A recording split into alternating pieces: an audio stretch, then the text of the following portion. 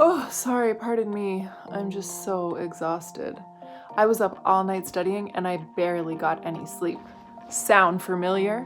Now, many students will stay up late thinking that it's more beneficial to study than to sleep, and this couldn't be more wrong. Your brain needs sleep in order to retain and recall the information. So, here are some quick tips to help you ensure your Z's are leading to A's. Tip number 1, ensure you're getting at least 7 to 8 hours of sleep per night in order to optimize your brain for learning. Really try to plan ahead and aim to maximize your study time during the day so then you won't feel so guilty about going to bed at a decent hour at night. And remember that if you need help managing your time, you can book an appointment with a learning strategist who can help you to create a study plan. So that way you can figure out when you'll study during the day and how you can still have enough time for a good night's sleep.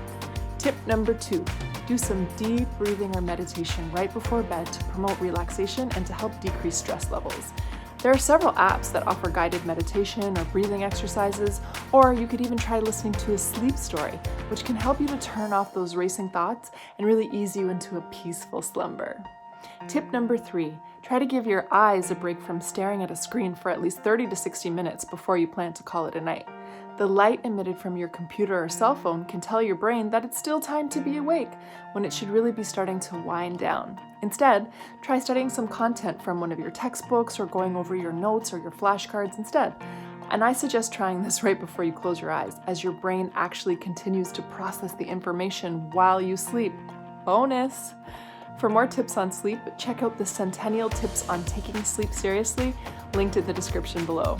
Now, I've worked with many students who have committed to getting more consistent sleep and in turn have seen a really big difference in their grades. So tonight, I challenge you to treat your brain to the sleep it needs and see how it can help you on your journey to success. Sweet dreams!